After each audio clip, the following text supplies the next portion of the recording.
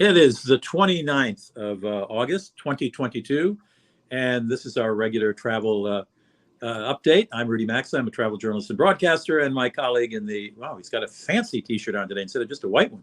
It's an olive green. Yeah, it's my Army T-shirt. One of my Army T-shirts I got on today. We did an early hike this morning. He used to be in the Norwegian Army, so there you go. There's your Norwegian Army T-shirt. His name is Tom. No. He doesn't want you to know his last name, of course, because he's in the Witness Protection Program. But he knows a whole lot. He knows a whole lot about frequent flyer miles and airline doings and hotel points and all kinds of stuff having to do with the industry. And we do this irregularly, maybe 3 or 4 days a week. But I want to stress the fact that it is Monday, the 29th of August, 2022, because this stays up on YouTube and Facebook in perpetuity, near as I can tell. And so the information should be judged in context of when we're broadcasting. So we got to each have a couple items for you. Tommy, you want to go first? Sure. I'll start a little bit. So it's an interesting start to the week. The markets are a little bit shaky today as the bombshells on Friday went. But what we've seen now is that the euros and the pounds, it's never been this cheap to visit Europe, has it? No. You told me before we went on what the dollar is versus the pound and the euro. It's down even lower than I was there a couple of weeks ago. Exactly. Well, so this morning, so it's exactly one. You can see it's been what it was down to 2 cents, or actually 5 cents under. The euro was 5 cents under, and the British pound was lurking at 1.616. So it's, what the highest we've seen is the pounds in the 140s and the 150s, and we've seen the euros in the 140s and 50s, and we've seen the British pounds in 180. It's been almost double. But right now, euro is, earlier today we saw the dollar worth a lot more than the euro, and now it's actually right now it's equal. So it goes. This is a live stream we're looking at here. Also, Japan. Obviously, we can't travel there, but this is a perfect drive. You've never gotten more for your money than you have today. Yeah, that's incredible. I think when we talked about this when it was parity. I do remember I've been in UK when it was $1 to the pound, $1 equal, and I've been to it when it took $2 to buy a pound. And so spread can be extraordinary. And now to have it at 110 or whatever is very great for American tourists. And of course the euros, as you said, has been 140, 150, 160, and it's now 98 cents or 99. That is incredible. All great deals. It is. If you're carrying dollars. It sure is. And you were talking a little bit about China, and the Chinese government suspended some American flights in there. We don't want any COVID anywhere, and so the United States has retaliated by suspending 26 flights from Chinese airlines who fly from the United States to China, and China's angry about that, and so they're in a little bit of a spat now. I don't know. Why can't we all get along? That's what I say. Yeah, it's definitely interesting times right now, for sure. I have another thing that considers banning. So I read this morning that Ghana has considered banning all aircraft older than 20 years old from its airspace, which I think is quite interesting, since there are a lot of planes that life expectancy. United Airlines got their first 777-200 ER in 1996, and it's quite common that the lifespans of these airplanes are 20, 30 years, no issues at all. It's the most ridiculous thing I have ever heard. Well, not ever. I've heard a lot of ridiculous things, since 2016 leading up to today.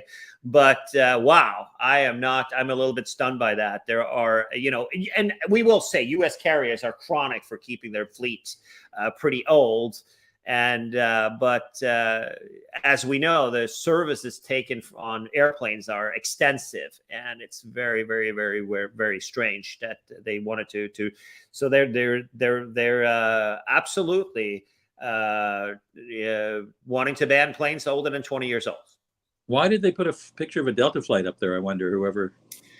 Delta flies to Ghana, and they fly, and they've got triples that are looking at this H. I mean, we're, Delta, the Delta Airlines saga continues, which could soon spill over into other carriers. So it's an interesting gig that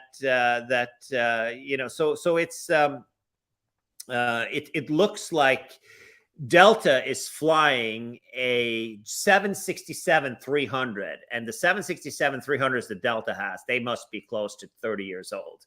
And wow. And that's that. And go ahead.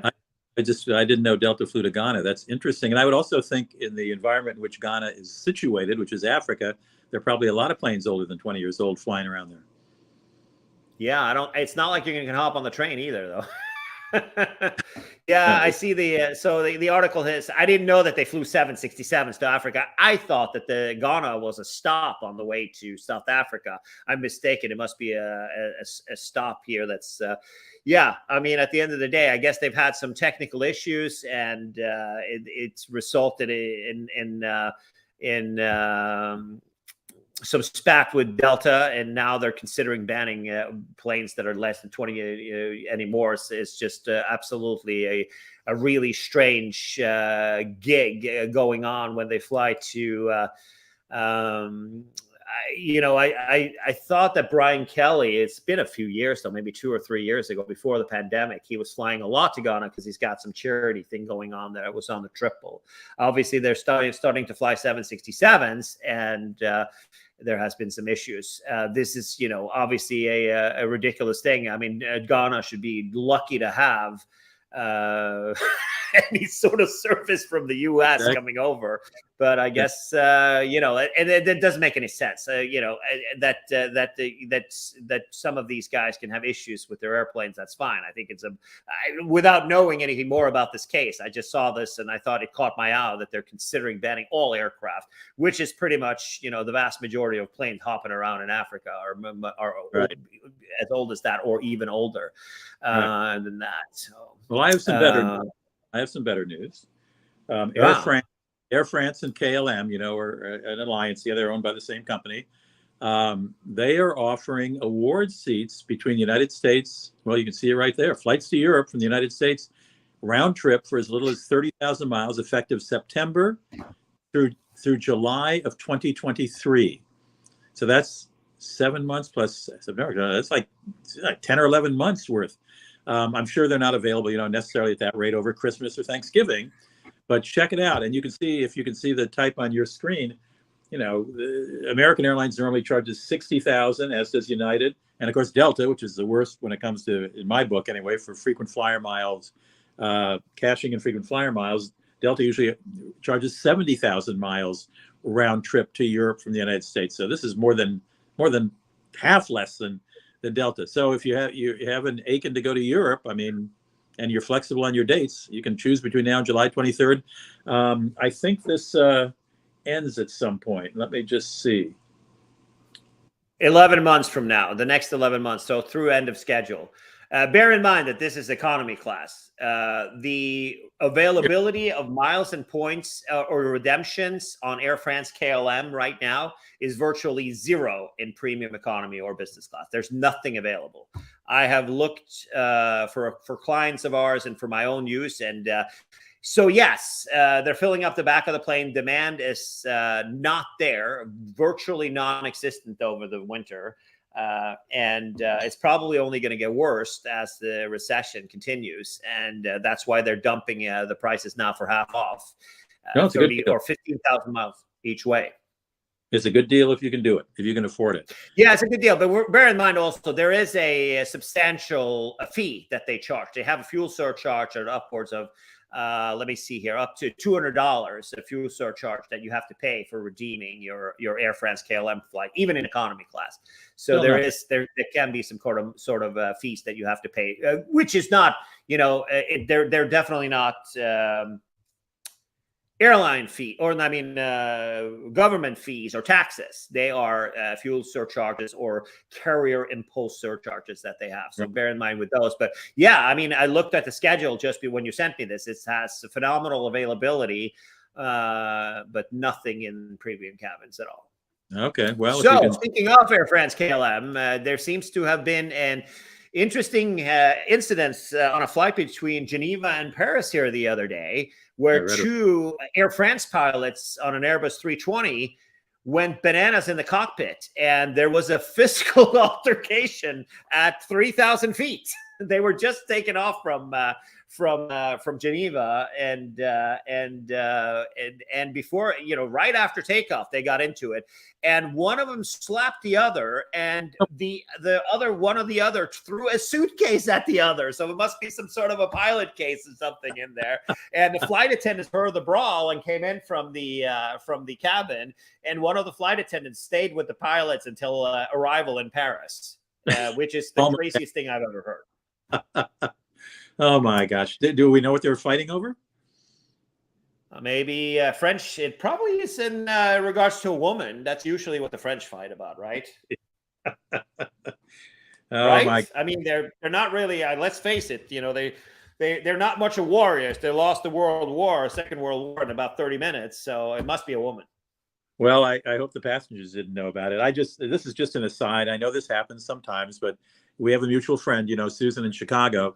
I was flying back a few minutes ago from Zurich on a nonstop flight, United Airlines Flight 12 from Zurich to Chicago's O'Hare Airport. And because of weather, they got rerouted to not too far away, Rockford, Illinois.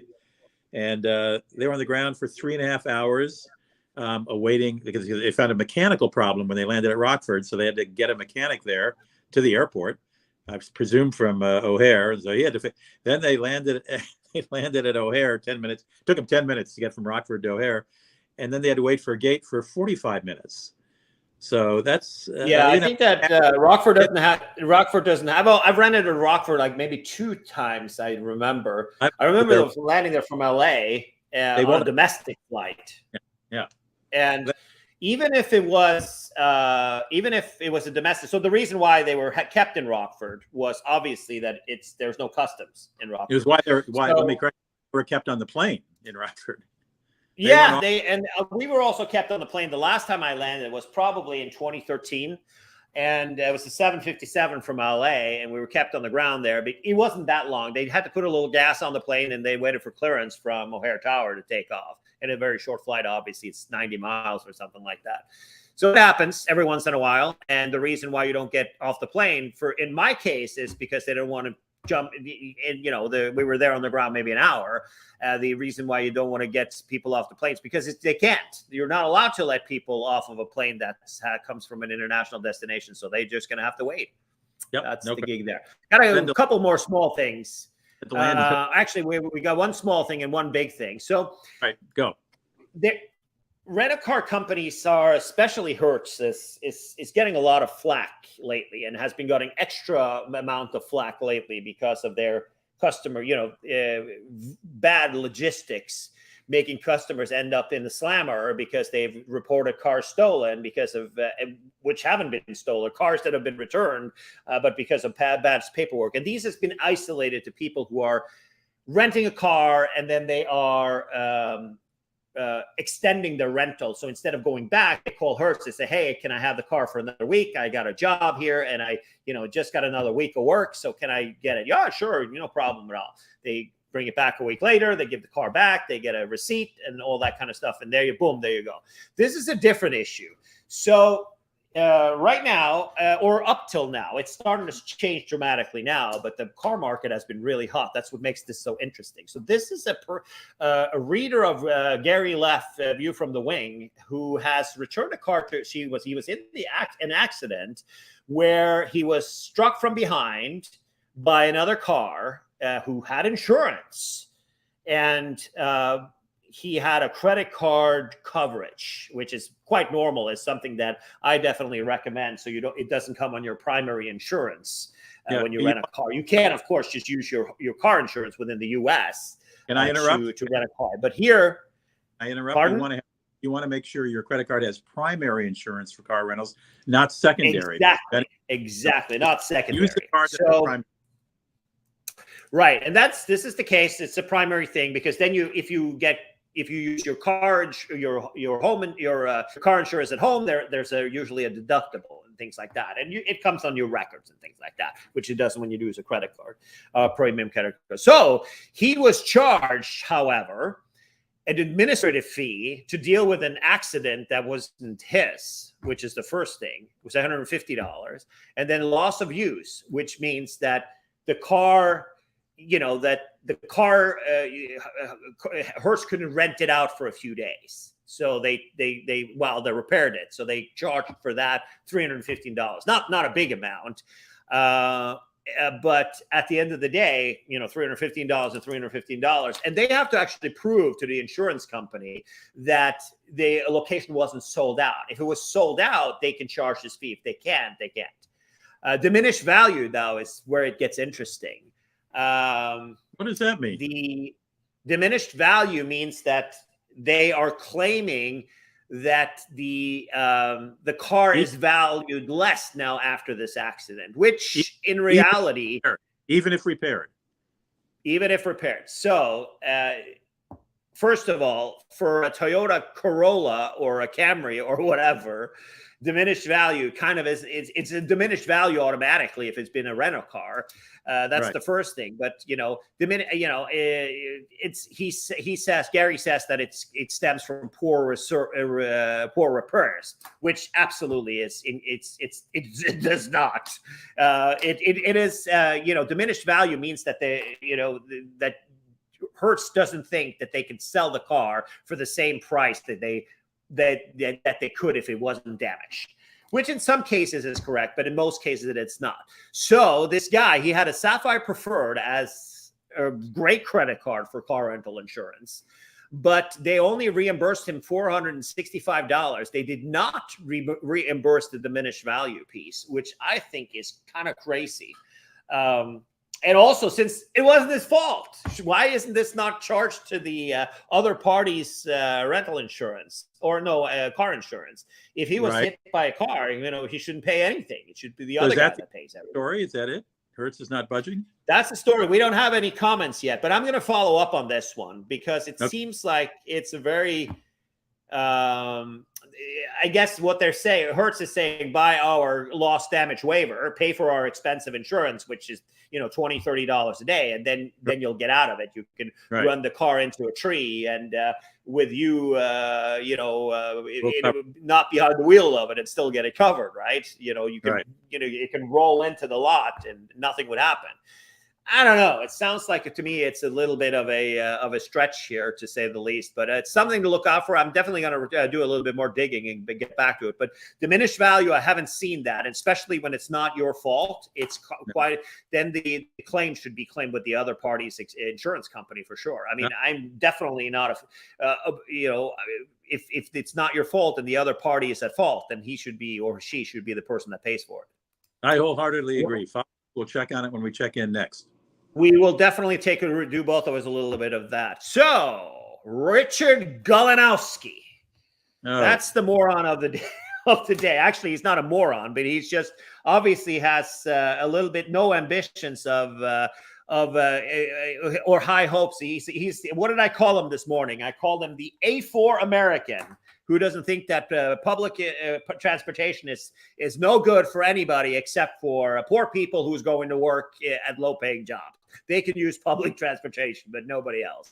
So he's got the job as he's the head of. So the good news is that the Silver Line is finally now opening to the Metro extension. So you can take the Metro from downtown DC to the airport. How long has it been? Decades. Let me just put this in perspective for people who don't know Dulles Airport. Dulles Airport is way outside of Washington, D.C. It's like a $90 cab ride, maybe $100 now these days, from downtown D.C. And it was out in the middle of nowhere in farmland. The nearest thing is a planned community called Reston, which is nearby. So Washingtonians, of which I was one for 45 years. I mean, I left Washington 22 years ago when they were building the Silver Line from downtown to Dulles. And apparently it's finally ready to go and completed. And this guy who works at Dulles, right? He works at Dulles, right? Yeah, the guy. The guy is the what is he? He is the leader. He's the head of. He runs the airport, Dulles Airport. And he doesn't think a lot of people are going to use it. I think he's dead wrong. I would have given anything. I think so. There's a lot of traffic around there. I mean, at the end of the day. So let me read what his what he said. I'm going to be sure that we quote this guy right, 100% right here. So he pretty much said, you know, how will the opening of the second phase of the Silver Line impact Dulles? It's going to be good for the airport. I think ultimately it'll bring more employees to the airport than it will passengers. But that's good. If we can get employees to the airport more easily, transporting them via public transportation rather than driving on the roads every day, I think it's going to be good for the area. And then the WAPU reporter says, why don't passengers use it? Isn't it because it's such a long ride from DC? I don't think it's a time thing. I think it's quite frankly, it's a luggage thing. People don't want to carry luggage on the metro. They'd rather just drive or take an Uber, take a taxi, or have somebody drive them to the airport with their luggage. As a Washingtonian of 45 years, I say he's absolutely wrong. First of all, everybody's got luggage that rolls now. Nobody's carrying it. I just think he's flat out wrong. I mean, we've been waiting, we being Washingtonians, which I'm not now. I live in St. Paul, Minnesota. But we, when I lived in Washington, have been waiting for this Silver Line forever because it's so much faster than driving out. You can get big traffic, particularly during rush hour, morning or evening. The roads back up. It's crazy. This is a great thing. So now there is, you know, at least the guy he runs the airport. You want to try and talk people into using the service. Right. What kind of a moron goes out and just tells people that his product that they've invested billions of dollars in is going to be a failure? It's absolutely ludicrous, and I just don't understand it. I mean, I think, how many times have you not sat on the Beltway or on your way from downtown DC out to Dulles, and here you can get on the train, you can sit down, and it's got a fixed time to go. I know that there's some unreliability of some of the things, but this is a new line. I just absolutely so like Frank is saying here, which is absolutely correct, unless you're going to like Africa for 3 months and you've got Diana Ross's luggage with you, I mean, then maybe you'll take a taxi or that kind of stuff. But I think that it's also, I think he's right. But looking at it, so what can we compare it to? We can compare it to Atlanta. Public transportation to the airport is super busy. I mean, I always take it if I'm going downtown. It's perfect. And what else? Well, you got Chicago. Chicago, you got you're all over Europe. Paris, Charles de Gaulle, Paris. Yeah, I mean, I think that the Europe has obviously star example. It's 15 minutes. From Heathrow to the center of town. Gatwick Express is 25 minutes. Stockholm Arlanda Express 200 miles an hour. The fastest one is Oslo. You know, that's 15-20 minutes, and it's just as far, but you use high-speed rail. They have a train every 10 minutes that has a capacity of 600 people every 10 minutes. Boom, boom, boom. It goes in and out.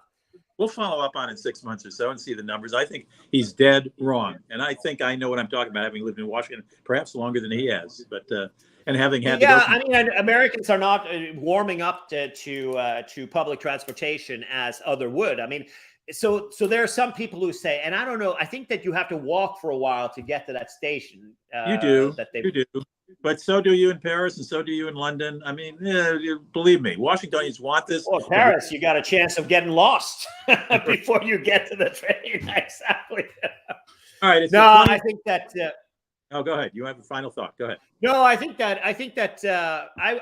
people are lucky. People should be lucky that they have the opportunity to get on public transportation to the airport. That's my preferred way of doing it. And before moving to the United States, I lived in Chicago. I always took, when I was living in the city, I was living in Lincoln Park. I always took the L to the airport because it was convenient and it's much faster than traffic. I agree.